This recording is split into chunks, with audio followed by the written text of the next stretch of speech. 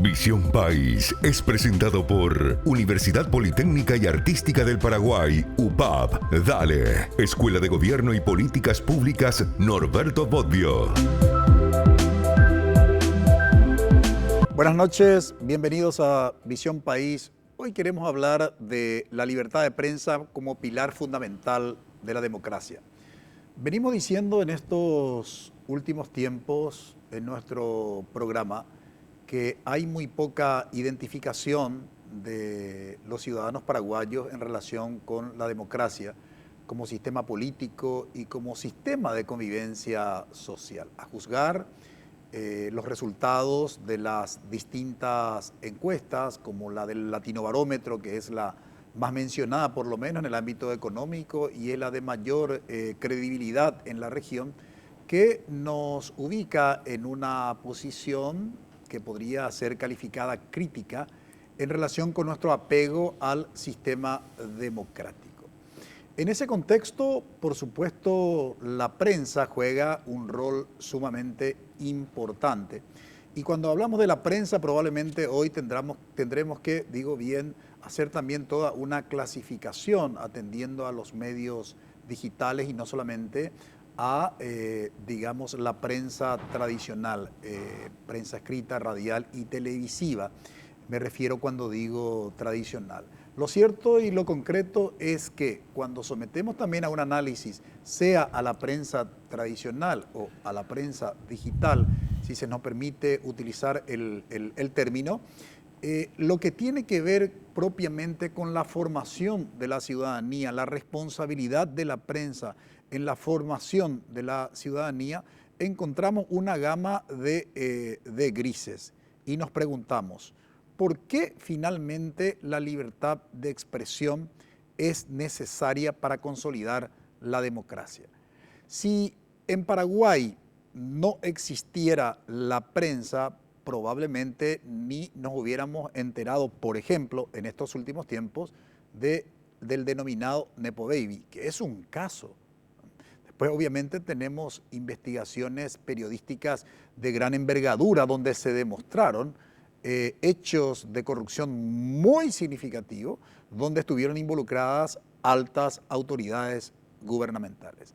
Vale decir, finalmente la prensa en Paraguay tiene una cal y otra de arena. Hoy queremos justamente hacer un análisis con personas que conocen no solamente respecto de los medios de comunicación, porque una cosa es conocer la prensa desde la literatura especializada, desde la academia, es decir, enseñar alguna que otra cátedra en la universidad, vinculada esa cátedra con el periodismo. Y otra, aparte de conocer lo que es el periodismo, también tener experiencia y conocimiento suficiente de cómo funcionan los medios de comunicación en Paraguay, dato que no es menor. Nos acompañan hoy en Visión País Ignacio Martínez, periodista. Muy buenas noches, Ignacio. ¿Qué tal, Francisco? Muy bien. Un gusto. Igual. También nos acompaña Santiago Ortiz, periodista. Buenas noches, Santiago. Buenas noches, Francisco. Un gusto estar aquí. Un saludo para la audiencia. También nos acompaña Julio Venegas, periodista. Buenas noches, Julio. Un placer, compañero. Buenas noches. Y nos acompaña Mari Carmen Sequera, directora ejecutiva, digo bien, de TEDIC. Muy buenas noches, Mari Carmen. Buenas noches, gracias, doctor Francisco. Bien, vamos a ir a una brevísima pausa y a la vuelta ya comenzamos el análisis.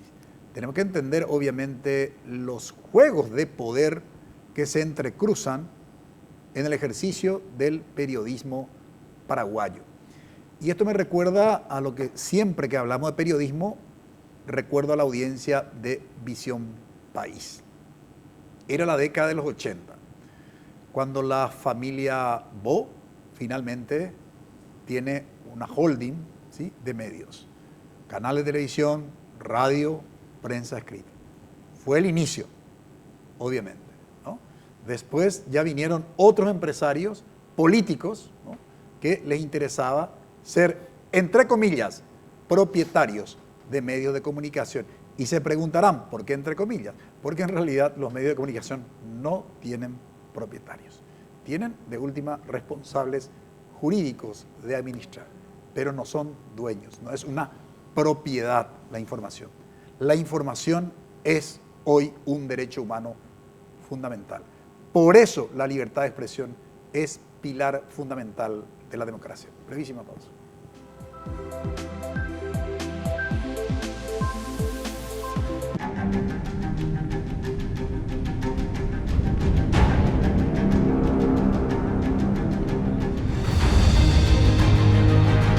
¿Vas a dejar que te quede grande? Inscríbete. UPAP, dale. Porque el mundo legal es un entorno bastante complejo.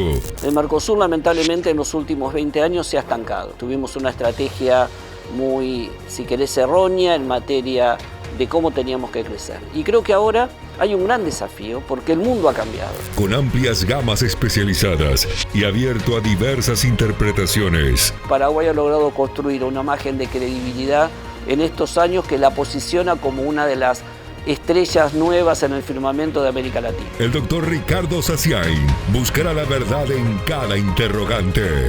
Legalmente hablando. Domingo 21 horas. NPI nos conecta todo el tiempo.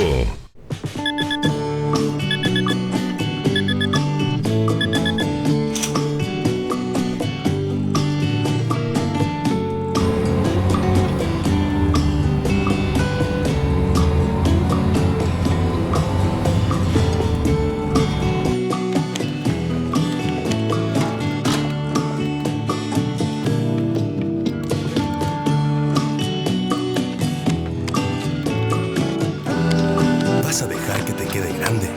Volvé a tu carrera. Convocatoria 2024. UPAP, dale.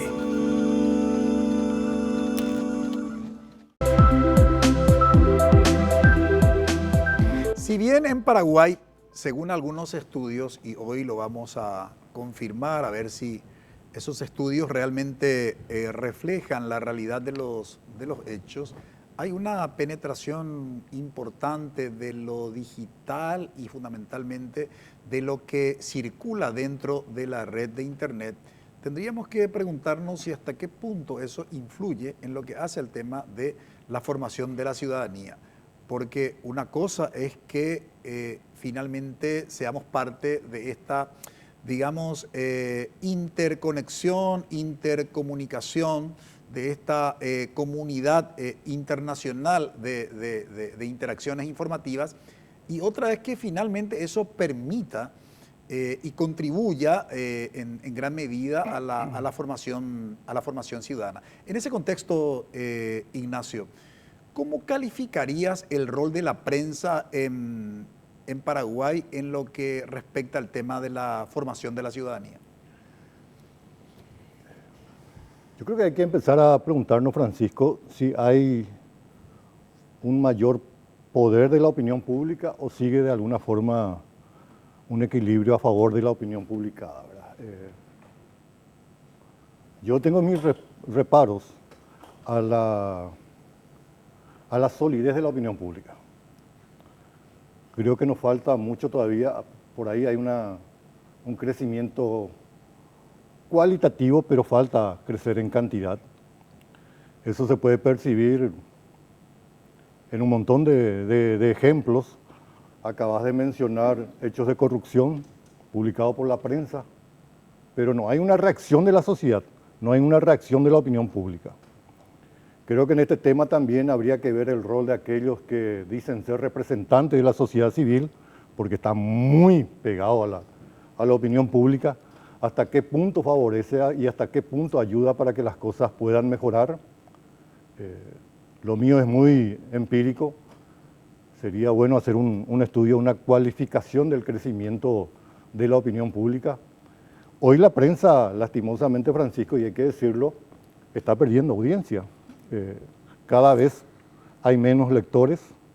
La gente no escucha programas de noticias, sino va a música, a todo tipo de entretenimiento. A la televisión le cuesta sostener programas de contenido como esto. Mayormente la gente elige otro tipo de espectáculo. Entonces, habría que ver qué tipo de sociedad también estamos construyendo nosotros desde la prensa, ¿verdad? Y hay que ver cuál va a ser el aporte a través de las redes de comunicación. Hoy la comunicación cambió. Anteriormente uno hablaba, la gente escuchaba, después a lo mejor había comunicación entre personas, entre gremios, pero hay hoy una posibilidad para que la masa pueda reaccionar. Lo que habría que ver, Francisco, es si esa masa tiene un crecimiento también en eficiencia, en entendimiento, en discernimiento, o va a terminar siendo nomás también del mismo modo de un tipo de contenido y de prensa que habría que ver si ayuda para que la democracia pueda mejorar en Paraguay.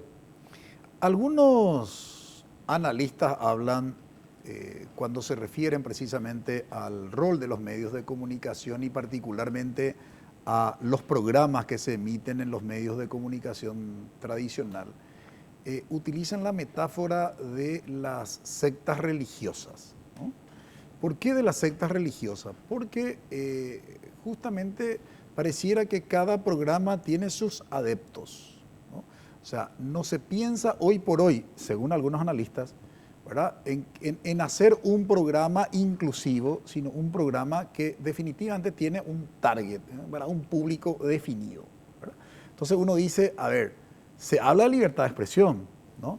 Y sin embargo hay programas que definitivamente lo que hacen es defender o un interés político o un interés económico o ambos intereses a la vez, o sumar otros intereses más aparte de los políticos y los económicos. En ese contexto, Santiago, ¿cómo ves actualmente en Paraguay los programas que en principio aparecen como de género periodístico? Y cuando digo de género periodístico me refiero a programas cuyo objetivo en principio es la formación de la ciudadanía y sin embargo sabemos muy bien que terminan defendiendo intereses políticos, partidarios, económicos.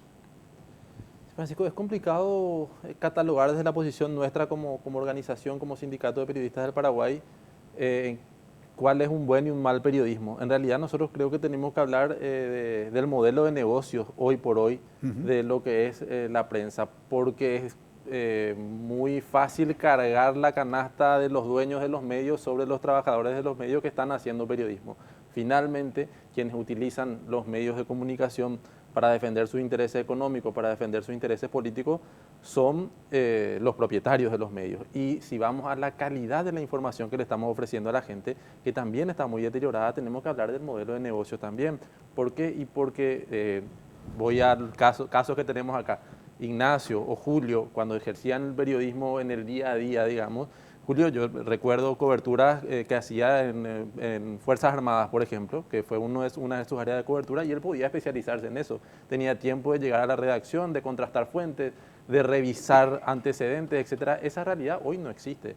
Hoy el modelo de negocio de los grandes medios de comunicación incluso es, vos vas a la cobertura, subís al instante para la red, para redes, para la web, tenés que entrar para la radio, entrar para el canal y escribir para redactar para el periódico. O sea, la calidad de lo que vos podés ofrecerle a la ciudadanía como trabajador de prensa en cuanto a información que vas a transmitir es muy distante de lo que se ofrecía antes. Entonces, sumando estas dos cosas, por un lado, el uso casi de trinchera de los medios para defender intereses políticos y económicos, más el deterioro de la posibilidad real de ejercer el periodismo, uno tiene claramente que la gente se aleja de los medios de comunicación. ¿Y qué hace? Y recurre a lo que tiene más a mano, que le es más barato, el WhatsApp, las redes, etcétera, donde lastimosamente, y ahí quizá Mari Carmen tiene mucho más elementos que yo para hablar de eso, proliferan los discursos de odio, proliferan las fake news, las mentiras, etcétera, etcétera, y se va generando opinión pública también, pero con un deterioro muy grave de la democracia. Por eso nosotros venimos hablando de la importancia que tiene que todos los sectores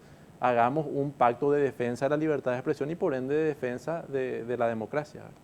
En estos últimos tiempos, Mari Carmen, se habló de que prácticamente todos somos periodistas por el tema de la facilidad de acceder a las redes sociales y de publicar también en las redes sociales.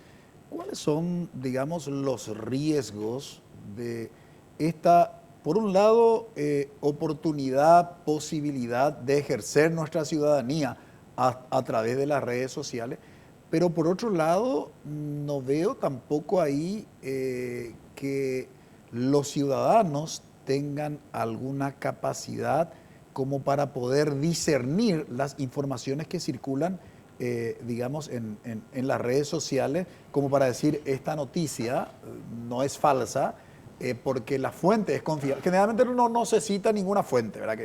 Que no es una cuestión menor. En concreto, en Paraguay, ¿cómo está el tema de las informaciones que circulan en las redes sociales? ¿Son creíbles? ¿Cómo lo ves?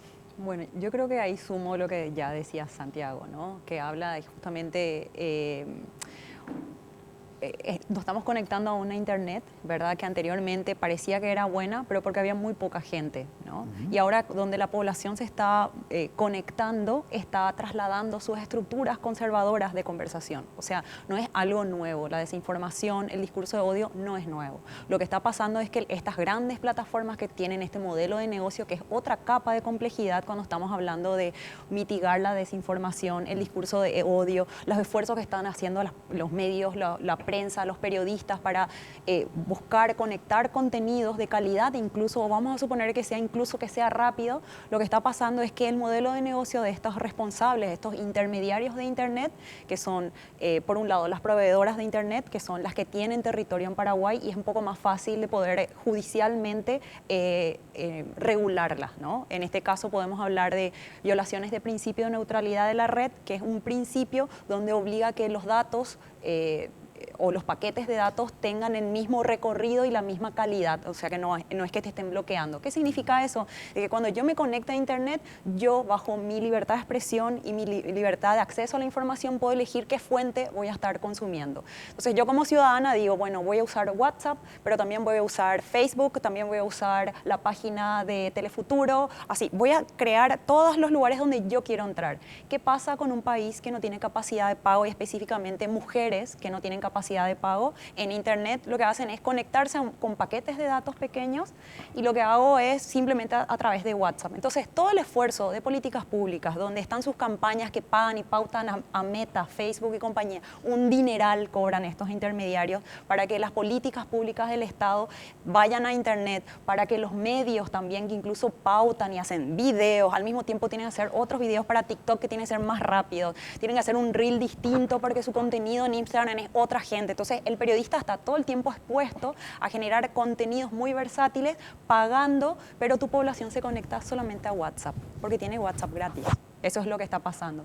Entonces, claro, cuando yo como ciudadana quiero, ¿verdad?, acceder a una información de calidad, no puedo, porque no tengo capacidad. Entonces yo estoy en el bañado y salgo en un periódico famoso y me tienen que pasar capturas de pantalla para que yo pueda acceder a la información donde yo creo que salí y me hicieron una entrevista. Entonces eso sí es importante entender. Cuando estamos hablando de conectividad, acceso al conocimiento, acceso a distribución de conocimiento e información, y digo conocimiento porque se vuelve más complejo, donde estamos viendo no solamente una población conservadora que ahora ya tiene ya se conecta a Internet, ¿verdad? Muy precarizada, pero se conecta. Entonces ahí lo que hace es opinar, y opina como quiere, como estaría en un asado. Lo que está pasando es que ahora, bajo esos perfiles, algunos anónimos o incluso un perfil público, yo estoy ejerciendo una libertad de expresión, pero algunas que son prohibidas dentro de la Convención de Libertad de Expresión, entre ellas la de discurso de odio, donde obviamente tiene que haber una intervención del Estado de interpretar cuando existen estos tipos de violencia, de amenazación a la vida de una persona, como vimos también el caso de Menchi Barrio Canal, ¿verdad?, que es también un tipo de violencia digital donde es una configuración específica, ¿verdad? Doxing, donde hicieron y atacaron a la periodista por ella ejercer y hablar de grupos vulnerables, que generalmente hay otros grupos periodísticos que no lo hacen. Entonces, haciendo voz y más otra vez siendo mujer, es atacada por todos estos perfiles. Entonces, volviendo a la pregunta inicial, ¿verdad? Decís, los ciudadanos ejercen, dicen lo que creen y creen que esta es una plaza pública. Estamos bajo criterios de normas comunitarias que le llaman, pero en realidad son normas empresariales donde ellos definen qué contenido va a estar. Lo que está pasando también es que hay mucha censura, no solamente del Estado, que ahora quiere intervenir en los discursos que existen. Algunas sí son problemáticas y sí hay que, obviamente, pornografía infantil, un montón de contenidos que están prohibidos dentro de la ley, que el Estado debe estar sancionando. Pero hay otras que son mucho más sutiles y que hoy estas proveedoras de Internet ya lo están bajando. Por ejemplo, si acá en este programa estamos hablando de una situación compleja, como por ejemplo está pasando en Medio Oriente, hablamos de guerra, yo en TikTok no puedo usar esa palabra porque me bajan el contenido. Y estoy hablando de algo capaz de interés público, pero hoy las proveedoras, las plataformas de contenido están bloqueando esto.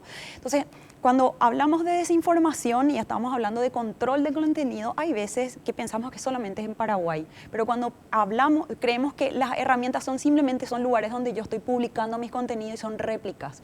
En realidad hay toda una relación de poder en estos espacios muy invisibles, no tienen oficinas en Paraguay y en muchos países de América Latina, entonces es muy difícil de sancionar estos tipos de abusos. Entonces los grandes actores también no son las responsables, las personas que no solamente son los responsables las personas que generan contenidos en estas empresas, sino también estas empresas que tienen regulaciones o autorregulaciones invisibles que parece como que, bueno, me bajaron el contenido, voy a volver a subir.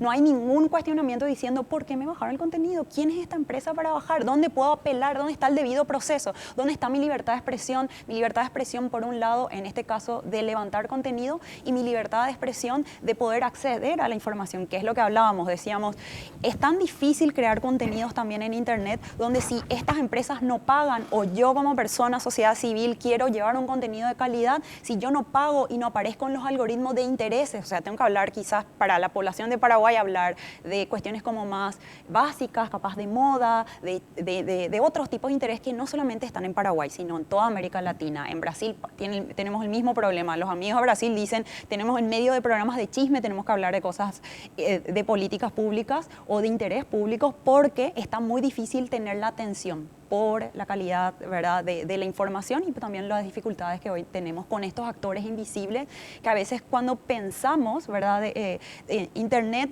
no creemos como un lugar solamente transformador, sino también es un repetidor de continuos de estructuras conservadoras que tienen modelos de negocios con algoritmos también con muchísimos sesgos que países como nosotros nos excluyen. Ahora, Julio, ¿qué relación se puede establecer entre el ejercicio del periodismo y la democracia?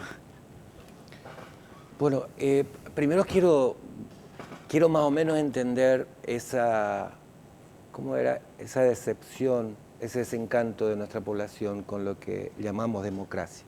Porque si no la entendemos, pues, o tratamos de entender, me parece que es un camino bastante difícil de comprender por dónde podemos ir avanzando. Acá no ha habido una ruptura real con la dictadura estronista, y eso lo plantea muy bien ya en los 90 el sociólogo Schwarzman, en Mito y Duelo, dice que el gran duelo de este país es que esperaba un gran cambio real, y cuando en realidad ese cambio no se dio.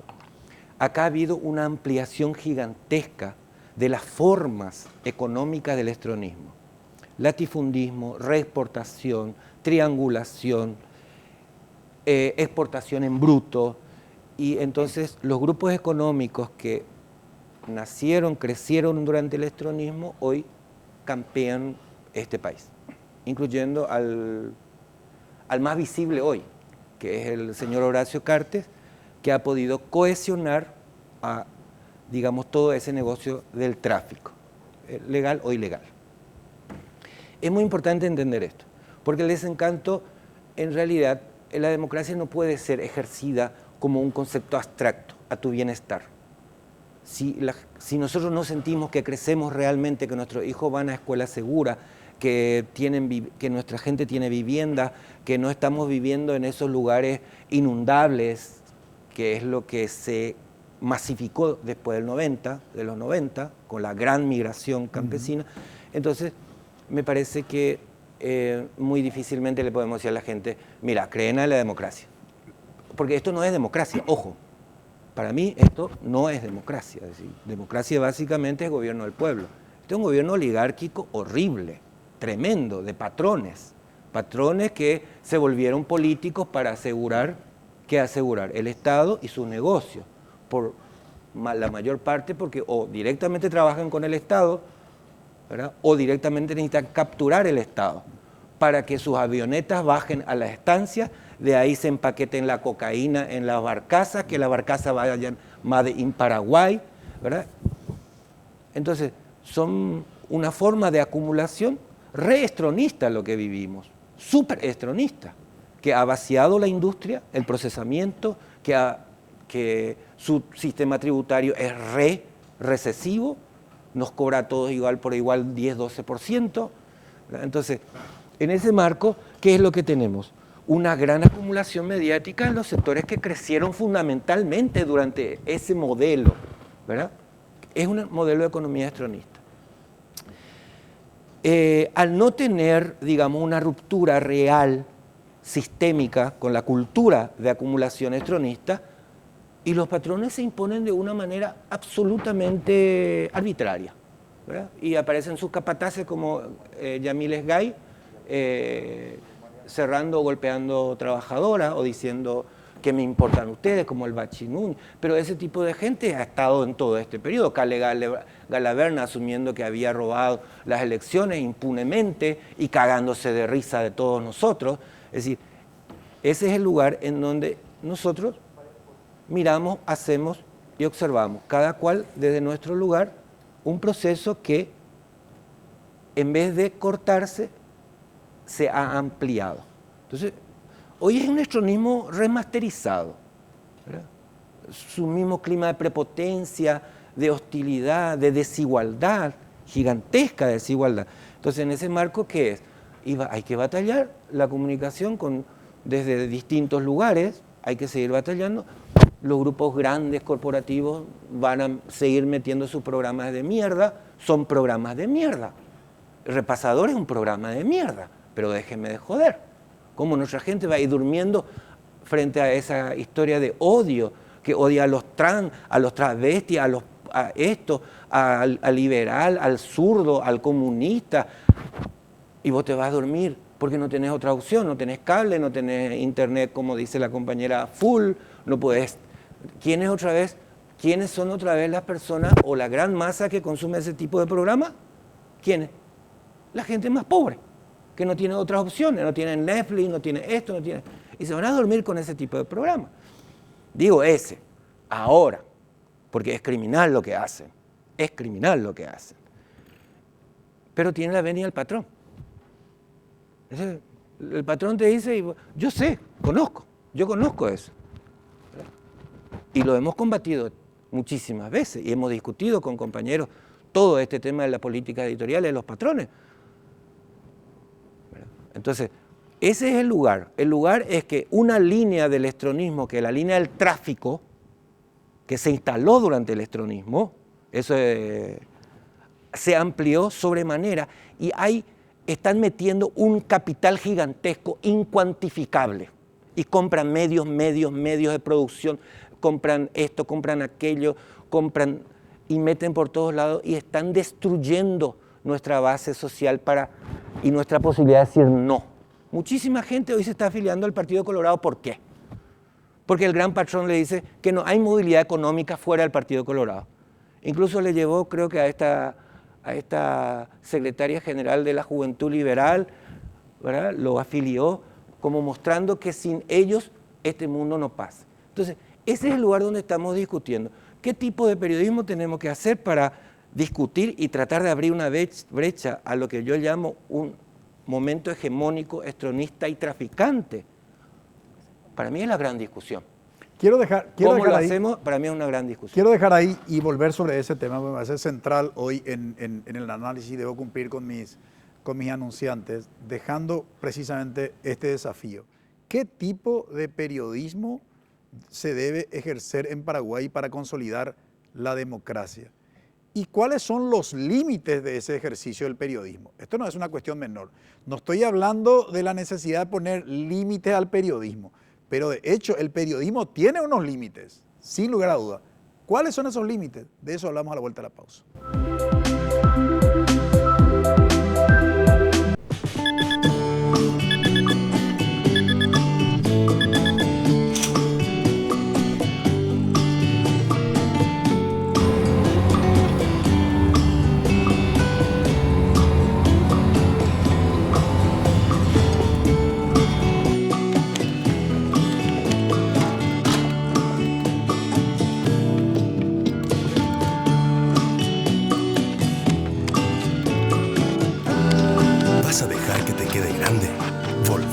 carrera. Convocatoria 2024. UPAP, dale.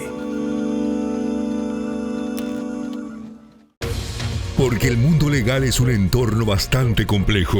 El Mercosur lamentablemente en los últimos 20 años se ha estancado. Tuvimos una estrategia muy, si querés, errónea en materia de cómo teníamos que crecer. Y creo que ahora hay un gran desafío porque el mundo ha cambiado. Con amplias gamas especializadas y abierto a diversas interpretaciones. Paraguay ha logrado construir una imagen de credibilidad en estos años que la posiciona como una de las estrellas nuevas en el firmamento de América Latina. El doctor Ricardo Saciain buscará la verdad en cada interrogante. Legalmente hablando. Domingo 21 horas. NPI nos conecta todo el tiempo.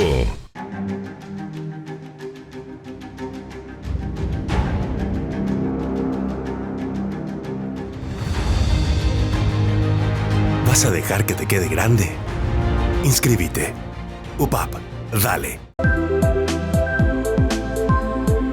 En el bloque anterior habíamos planteado de las limitaciones que tiene el ejercicio del periodismo. Vale decir que cuando algún legislador quiere plantear, regular el ejercicio del periodismo poniendo límites, es que el ejercicio del periodismo tiene unos límites y que de alguna manera aquí los invitados en el bloque anterior ya mencionaron. Si tuviéramos que destacar cuáles son esos límites, Ignacio, ¿cuáles podríamos mencionar?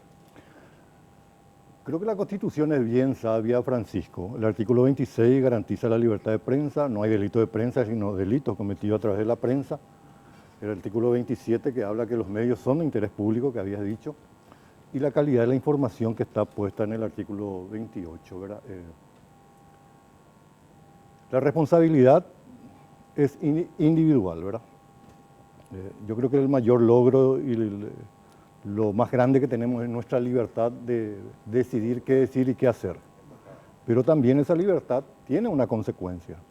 Entonces uno tiene que entender, yo no puedo acá en uso de mi libertad de expresión y de acción meterte una navaja por el cuerpo. O sea, el ejemplo a lo mejor es exagerado, pero vale decir porque una palabra irresponsable, una palabra que no tenga documento, hace mucho daño, Francisco, ¿verdad? Yo entiendo que el periodista hoy en día está muy apretado en el trabajo, hace mil cosas como bien lo definió Santiago, ¿verdad? Pero también uno colectivamente como cuerpo de periodistas, como gremio de periodistas, tienen que entender eso y generar presión para que ese tipo de trabajo no sea cotidiano. Es más, el cuerpo de periodistas tiene que ejercer presión para intentar modificar el modelo de comunicación que están instalando los empresarios de medios, si no, pues le estamos regalando la cancha. Yo creo que ese es el principal deber de los periodistas, ¿verdad? Y hablo de periodistas que están en la calle, hablo de cronistas, hablo de editores, hablo de las grandes estrellas de televisión que tienen que comprometerse. Si no, pues todo el mundo invitamos a generar un debate, pero no nos comprometemos. Es demasiado fácil eso, ¿verdad? Yo creo que la democracia es una buena fachada, pero vos le preguntás a la gente si entiende democracia o entiende dictadura, probablemente lo define por la calidad de vida que va a recibir, ¿verdad? A la gente le interesa su calidad de vida. No creo que nuestra democracia sea peor que la de cubana, que la de Venezuela, porque acá hay elecciones libres, ¿verdad? Nosotros estamos fallando para convencerle a la gente a mejorar a lo mejor, pero la gente sabe votar, y te decía una vez, Francisco, ¿verdad? En Asunción hemos cambiado intendente de todos los colores. Llegó un gobierno que no era colorado. Lo que falta acá me parece que es una élite que pueda modificar radicalmente las cosas que tenemos en Paraguay, ¿verdad? Por eso también disiento contigo y no tengo mucho espacio para debatir contigo porque no conozco, pero tengo la percepción que más que de educación falta una élite política que pueda modificar la cosa de raíz, ¿verdad? No podemos permitir que estos empresarios hagan lo que están haciendo y tenemos un Estado que no se pone los pantalones para darle un castigo, ¿verdad? O sea, hay cosas muy elementales que el Estado, que el poder tiene que ejercer, ¿verdad? Pero no lo hace probablemente porque es cómplice, como más o menos define Julio, ¿verdad? Pese a todo, yo creo que es posible modificar las cosas. Creo que hay que entender lo que decía Santiago, intentar ver en qué está nuestro espacio de libertad, nuestra democracia, como quieran llamarlo. porque esto tiene que generar calidad de vida. ¿Por qué no genera? Somos una población que según la última encuesta somos mucho menos que la vez pasada, ¿verdad? Va a venir un flujo económico importante de Itaipú, eso debe ir para la gente. Tenemos una exportación de carne, pero el precio de la carne está carísima. ¿Por qué no debatimos cosas de real importancia? Y esos temas no están en los medios. Hoy abrís la tapa de un diario y vas a ver que Mengano contra Mengano, Sultano se pelean, ¿verdad? Eso no es de interés de la gente, pero ese es el tipo de contenido que estamos entregando y nosotros mismos entramos a debatir eso, ¿verdad? A lo mejor el show que hizo este diputado con los periodistas era parte de una agenda de ellos. Lo mantuvieron casi una semana en debate, que le provocó no digo que está bien, está mal, pero no podemos perder la realidad que es la gente. A la gente poco o nada le interesa eso, ¿verdad? O sea, en aras de la libertad de expresión, en aras de la libertad de prensa, tenemos que entender que tenemos que trabajar para la gente. ¿De quién es la información, Francisco? ¿De los propietarios de medios? ¿De los periodistas que somos emisores? ¿O de la sociedad? Nos olvidamos de la gente. O sea, todo el mundo habla en términos políticos, en términos de análisis, pero cuando les eché, ¿y qué hacemos? Entramos en la cancha. La gente mayormente renuncia y no quiere entrar en la cancha, ¿verdad? Este es un compromiso de todo. Por eso lo decía yo en la pausa, si lo vemos así, yo me siento como una generación que ha fracasado.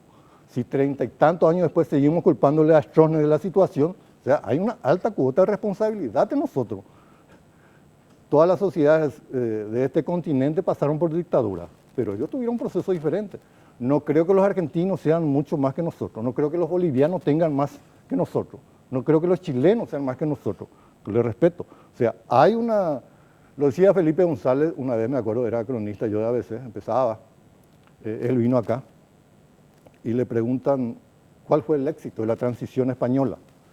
Y él decía, mire, dice, asumo yo la presidencia en España y se me acerca un militar, se le encuadra y le dice, asumando, comandante, presidente, y decía, era el mismo militar que le reprimía en la dictadura de Franco, ¿verdad? Pero que en un espacio democrático se convirtió en su jefe de seguridad. Nosotros nunca supimos hacer esa transición porque enseguida le echamos la culpa al otro. No le vimos como parte, sino le vimos como adversario, ¿verdad? Y creo que hasta ahora mantenemos eso. Vos lees columnas los domingos y seguimos culpándole a Stroessner, ¿verdad? Yo creo que Stroessner es culpable de muchísimas cosas, pero seguir cargándole a un anciano que está enterrado no sé a cuántos metros de... Me parece que es absurdo. Puede haber un sistema, pero si no fuimos capaces de erradicar eso, la culpa ya no es de Stroessner, la culpa es absolutamente nuestra, Francisco.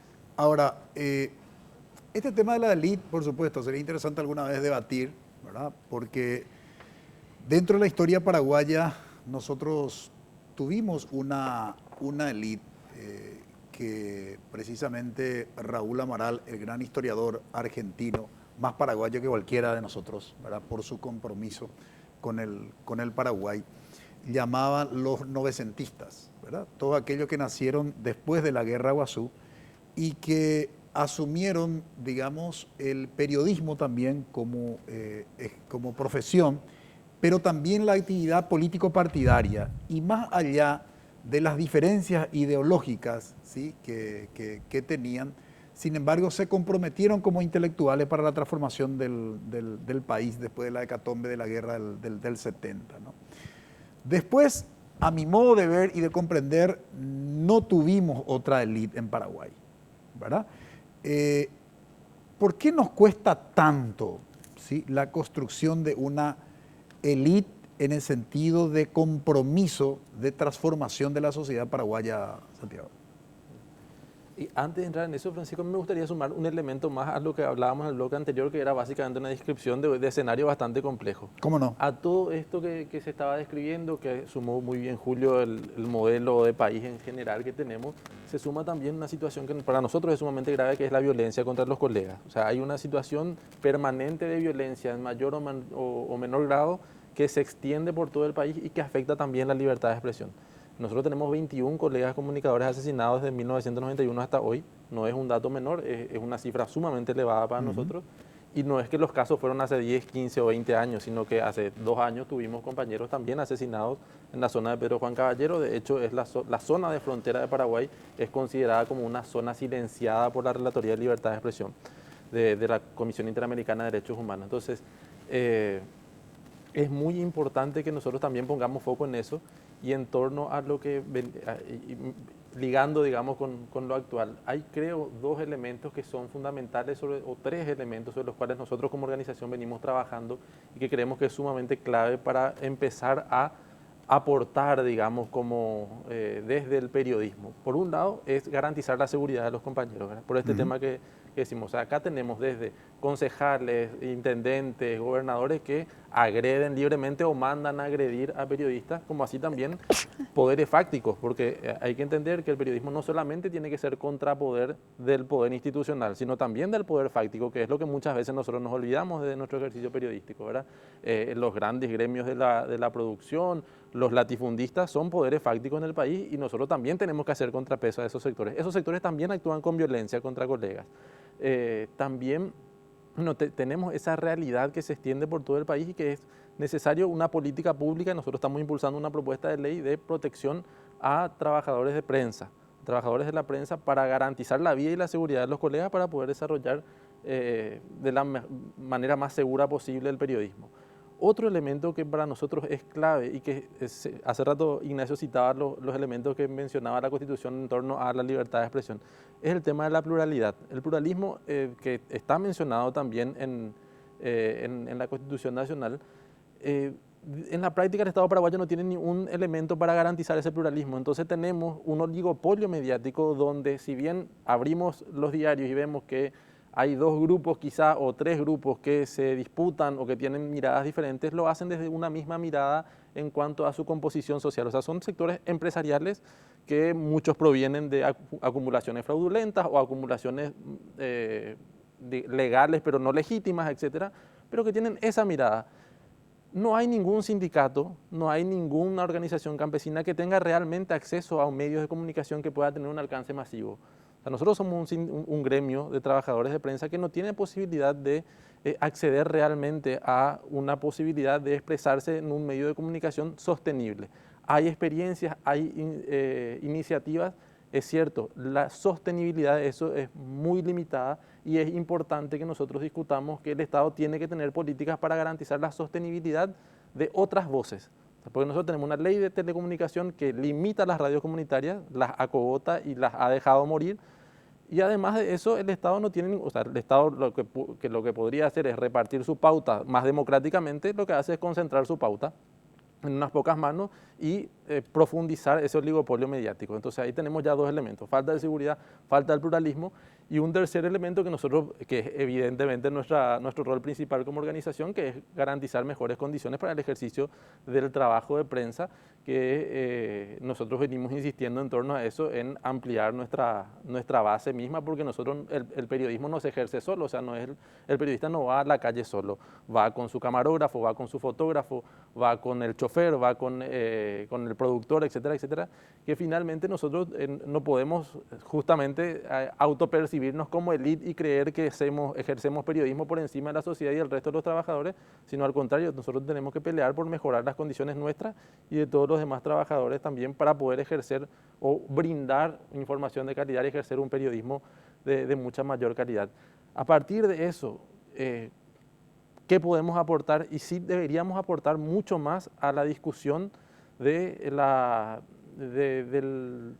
realidad social que vivimos, ¿verdad? Nosotros, y podemos partir, ya que hablábamos de educación, de la malla curricular de periodismo.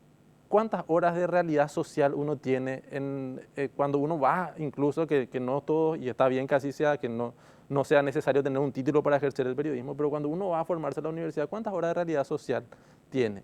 Una a la semana, 40 minutos o 80 minutos creo como mucho.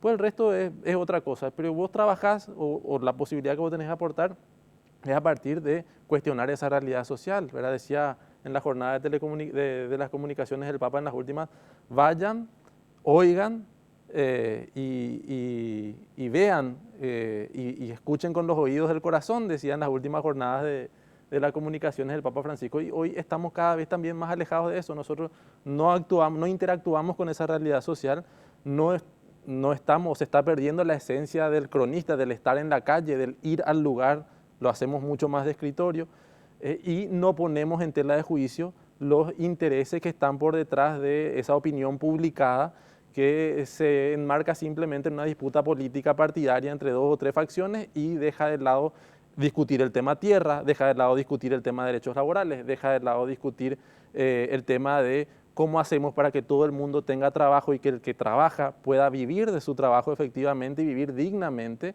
y tener un país desarrollado, con industria, con posibilidades de crecimiento, etcétera, etcétera, y con sindicatos fuertes que permitan la redistribución de la riqueza. Y otra larga lista de cosas que deberíamos sumar a nuestra democracia para que realmente sea una democracia. Bien, tengo que cumplir con mis anunciantes a la vuelta, a ver si me responden los otros invitados. ¿Por qué en Paraguay no pudimos, ¿sí?, construir una élite, ¿no? La necesidad de una élite es tan importante para la transformación de la sociedad, no cabe la menor duda. De eso hablamos y de las soluciones posibles que se podrían proponer a la libertad de prensa como pilar fundamental de la democracia. Hablamos a la vuelta de la pausa.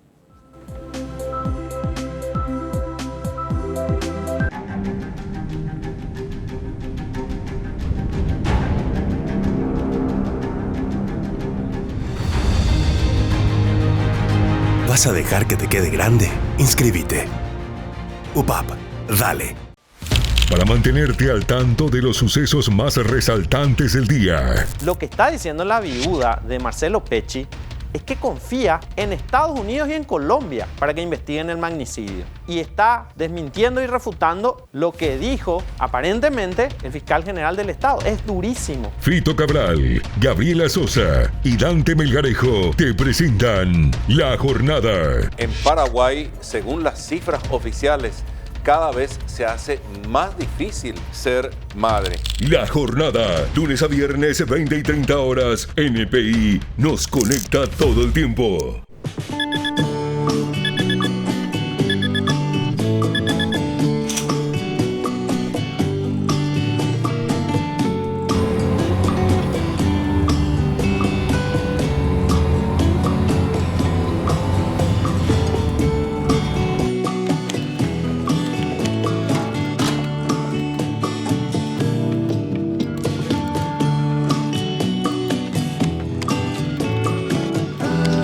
¿Vas a dejar que te quede grande? Volvé a tu carrera. Convocatoria 2024. UPAP, dale.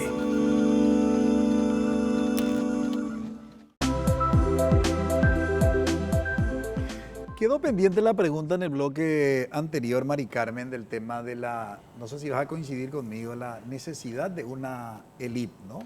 De gente que realmente pueda pensar los problemas sociales como para buscar los cambios de esos problemas. ¿Por qué en Paraguay no se pudo conformar más una élite intelectual? Bueno, no sé si me siento muy cómoda, ¿verdad?, de estar emitiendo una opinión como esta, sino simplemente, personalmente creo que sí, no hay una élite empresarial incluso, ¿verdad?, de una mirada política, porque no hay pensamiento crítico, creo, en gran parte. Por ejemplo, cuando nosotras que nos especializamos más en analizar desinformación, en cómo se estructura un conocimiento en Internet, ¿verdad?, nos damos cuenta que hay grupos de pertenencias. Los grupos de pertenencias tienen un flujo de contenidos, al menos en Paraguay, con muy bajo conocimiento de desgranar una información y complejizarla. Entonces, supongo que eso se traslada en incluso en clases altas aquí en Paraguay, por lo tanto no hay interés por un lado y por otro lado profundización de ciertos temas. Por lo tanto, no creo que tengamos hasta ahora incluso esa élite que en otros países como Francia y otras, o Brasil aquí al lado, sí hay grupos élite pensantes, una academia súper responsable, donde obviamente está emitiendo opinión, análisis bajo evidencias. O sea, no solamente nos sentamos a mirar y decir, bueno, creo que Paraguay es esto o por qué élite, sino ni siquiera hay un estudio que evidencie esa necesidad de ese grupo intelectual que necesitamos, de esa clase social, para poder hacer estos empujes específicamente de cambios o rupturas necesarias. Y que coincidimos que no solamente es la educación, eso sí creemos que es importante, es el primer paso. Sabemos que gran parte no solamente de pasar de consumir información a tener un conocimiento específico, sí necesitamos esa instancia de estructurar el cómo vamos a absorber, y eso tenés que tener 8, 12 años, 16, para poder tener mayor conocimiento en opinar con mayor responsabilidad, o por lo menos identificar diciendo, probablemente esta información que estoy teniendo puedo poner en duda o no tiene la suficiente precisión, ¿verdad?, que necesitamos como sociedad para poder decir, bueno, esta es la información que necesitamos poner sobre la mesa. Entonces, para mí creo que va más por ahí, ¿verdad? Por otro lado, creo que tenía que ver más con el desafío, ¿verdad?, de la prensa. Tampoco somos una organización de medios, ¿verdad? Somos una organización civil que trabajamos en libertad de expresión y analizamos y trabajamos más con el grupo de prensa cuando son violentadas en temas de Internet. Y ahí fuimos como siguiendo el gran paso y los grandes desafíos que tienen estos grupos. En primer lugar, y creo que ya en la anterior pregunta habíamos como puesto sobre la mesa a los grandes actores invisibles cuando analizamos política o geopolíticamente, ¿no? Creemos que solamente son los actores locales, pero el gran extractivismo hoy de las grandes pautas a nivel global son estos intermediarios, se llevan gran parte de la torta. Entonces, incluso los medios en países como los nuestros, que sí tienen poder, también no forman parte de esa financiación que hoy los estados están haciendo para sostener el modelo de negocio de estas grandes empresas. Entonces, incluso estos actores también se están quedando sin recursos porque tienen que pagar pautas en estas plataformas donde la mayormente la gente se encuentra. Entonces, ese es algo de importante también como para entender que este jugador invisible en nuestros discursos, por lo menos cuando decimos libertad de prensa, libertad al acceso al conocimiento, estamos teniendo esos problemas. El otro actor también invisible tiene que ver con regulaciones de propiedad intelectual. Países como el nuestro, donde tenemos que seguir pagando peajes altísimos al conocimiento, no vamos a tener ni siquiera esa élite y tampoco una población que pueda recibir libros o interacciones o contenidos de calidad para que yo pueda decir, bueno, entre toda esta gran información yo puedo elegir qué, por qué y para qué, ¿no? Y poder elegir como sociedad o como ciudadana.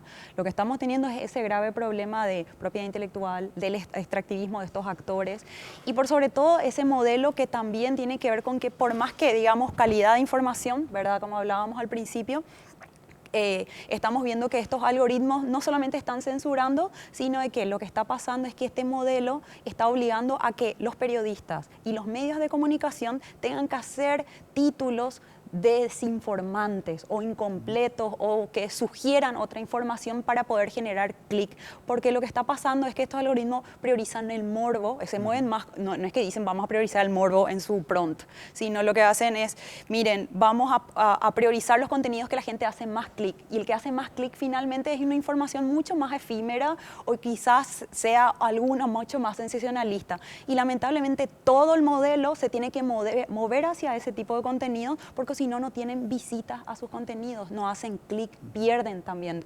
Entonces ahí estamos viendo otros problemas, que estos intermediarios están llevándose toda la torta y están definiendo cómo la información estamos consumiendo, y otra vez nosotros creemos que porque tuvimos internet y podemos tener acceso, finalmente los algoritmos o nuestros perfiles están están tan perfilados que incluso nosotras que tenemos capacidad de pago podemos definir qué contenidos puedo salir de mi cámara de eco. Hoy, lo bueno de una televisión, de una radio, es que yo hago zapping o muevo el dial y puedo escuchar una música clásica, puedo ver lo que esté pasando.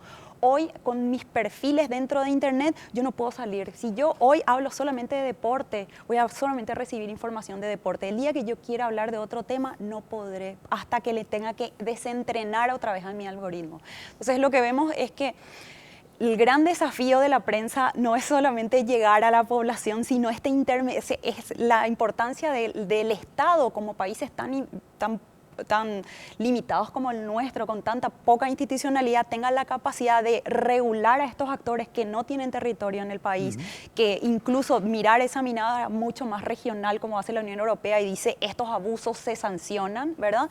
Ahí sí podríamos hablar de otra vez de poder acceder al conocimiento, que tengamos esa población que pueda interpretar o mejorar la calidad de la información que quiere consumir, esa elite que estamos buscando y el periodismo que estamos buscando también, ¿verdad?, de calidad que todos queremos, ¿no? ¿Y cuál es la alternativa, Julio, para no decir apaguemos la luz y nos vamos a dormir? Podemos también, ¿por qué no? No, pero tiene que existir alternativa. No, a mí me parece que, digamos, el tema también me incomoda un poco, digamos, el tema de la ley, porque me lleva también a discutir con un poco más de profundidad la cuestión, digamos, ¿no? Un país destrozado en la Guerra Grande, destruido en la Guerra Grande, cuyas tierras fueron vendidas a las empresas transnacionales, ¿verdad?, y que luego fueron ampliadas durante el latifundio que fueron ampliados, un Estado caracterizado como Estado fallido por el Departamento de Estado de Estados Unidos, un Estado que no discute sus relaciones con China, siendo que hoy es la primera potencia mundial en producción y económica, la primera financiera de Estados Unidos, pero la acumulación económica está atado a Israel, y no es capaz de decir están cometiendo un genocidio, ¿verdad? Lo están matando a los niños, a miles de... un Estado, ¿cómo se construye ese Estado y cómo luego ese Estado se representa en sus instituciones? ¿Verdad? Conservadoras, instituciones que no discuten un carajo, ¿verdad? Donde vos querés abrir la discusión y te huelen así, no, pea zurdo, no, péala. O sea, es una construcción histórica muy fuerte, que desalienta, digamos, un montón de cosas. Recordemos que tenemos 25% de la población afuera, no hay representación real de nuestra historia, ni en la escuela, no tenemos audiovisuales en guaraní, no tenemos materiales populares en guaraní, ¿verdad? Y quiero dejar justamente eso como reflexión, Julio. Vamos a la pausa. Agradezco a los invitados que colaboraron hoy con nosotros en este análisis para poder realizar nuestra conclusión.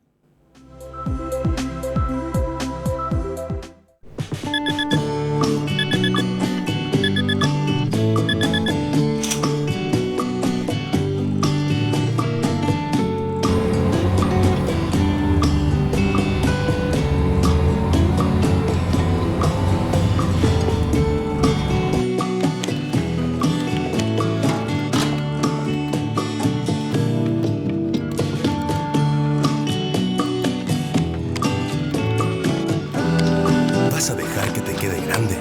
Volvé a tu carrera. Convocatoria 2024. UPAP, dale. Porque el mundo legal es un entorno bastante complejo. El Mercosur lamentablemente en los últimos 20 años se ha estancado. Tuvimos una estrategia muy, si querés, errónea en materia de cómo teníamos que crecer. Y creo que ahora hay un gran desafío porque el mundo ha cambiado. Con amplias gamas especializadas y abierto a diversas interpretaciones. Paraguay ha logrado construir una imagen de credibilidad en estos años que la posiciona como una de las estrellas nuevas en el firmamento de América Latina. El doctor Ricardo Saciain buscará la verdad en cada interrogante. Legalmente hablando. Domingo 21 horas. NPI nos conecta todo el tiempo.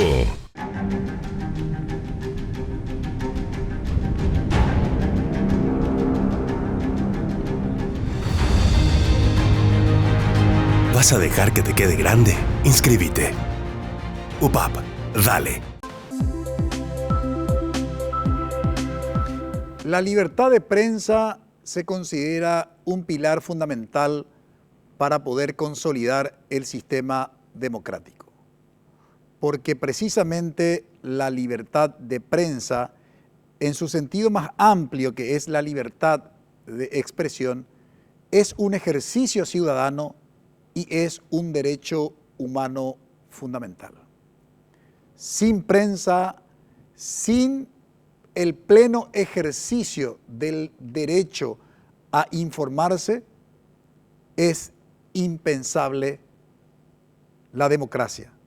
Entendida la democracia como la calidad de vida, como el cumplimiento irrestricto de los derechos fundamentales del hombre en cuanto al acceso a la educación, a la salud, a la vivienda y al trabajo.